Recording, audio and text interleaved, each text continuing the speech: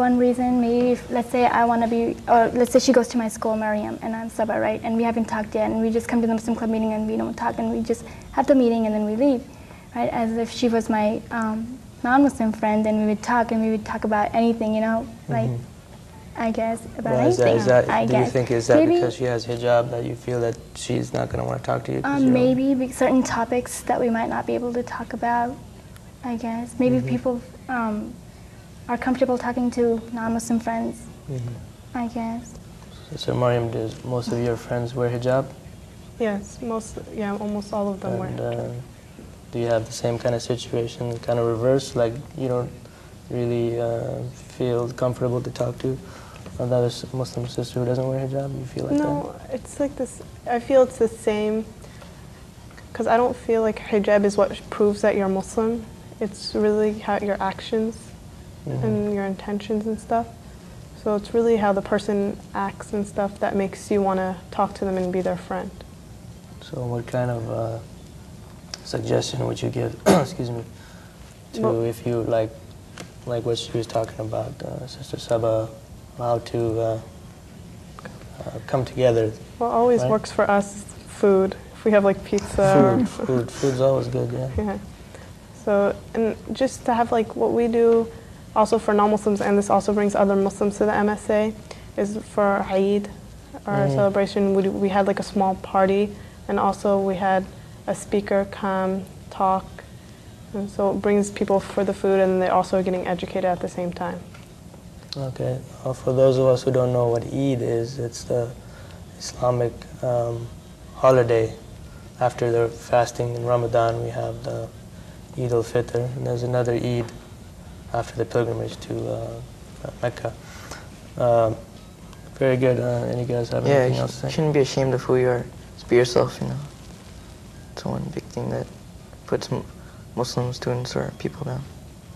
I think you should think that, don't think what others are thinking of you, think of what Allah is thinking of you, and if you're happy with who you are and you think that Allah is happy with you, then that's all that should matter. Okay, very good. Sorry, I have another question. Sister Sabah, what role do you think parents have in fighting the negative peer pressures that you guys have?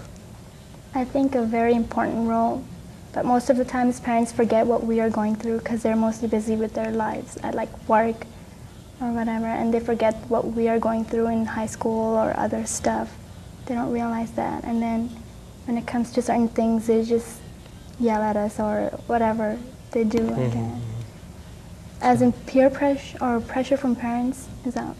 No, actually, I was asking what can parents do to help from the pressure from peers, you think? I think talk to us. Yeah, like help us through it, support us, like understand what we're going through, and if there's a problem, you know, like help find a way to deal with it. So do you guys feel comfortable talking to your parents about pressure? Or do you just don't tell them about that? You don't tell them about the pressures that you have at school? Well, it's better to talk about it. That's the only way you can deal with it.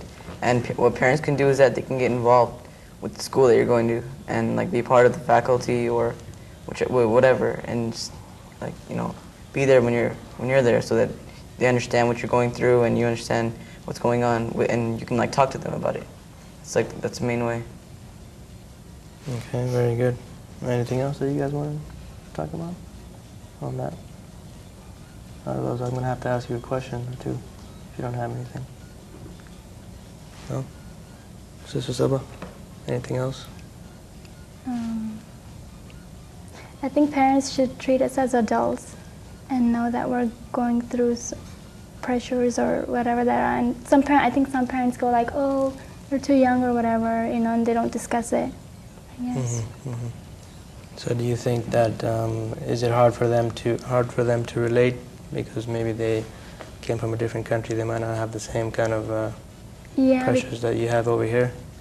Because they don't know, I guess the childhood they grew up with or the country or environment they were in is way different from what we are, because it's a different country and a different era, different decade, I guess. What about you guys? You have that same situation?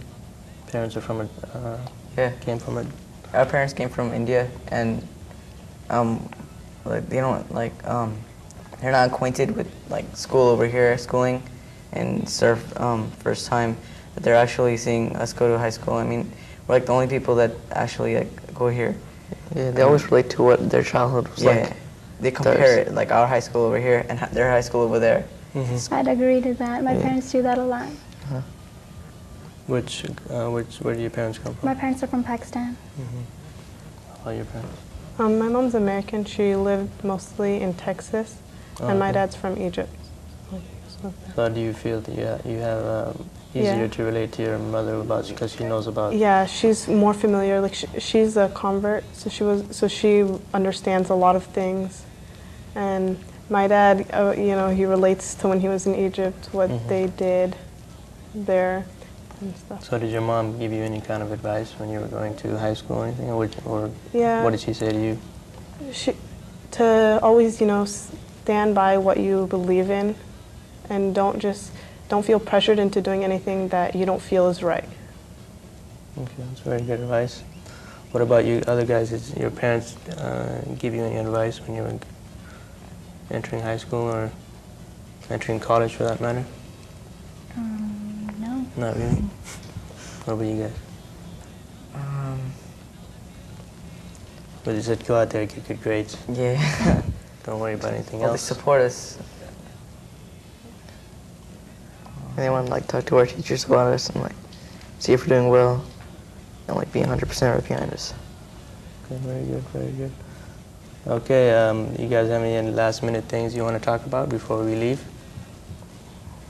Okay, I guess that's the end of the show today. So thank you for watching the Muslim Roundtable. You can check us out on the web at muslimroundtable.tv and call us toll free if you have any questions, 1-877-493-6089. You're watching the Muslim Roundtable. Thank you, and we'll see you again soon. All right, thank you for the show. Very good.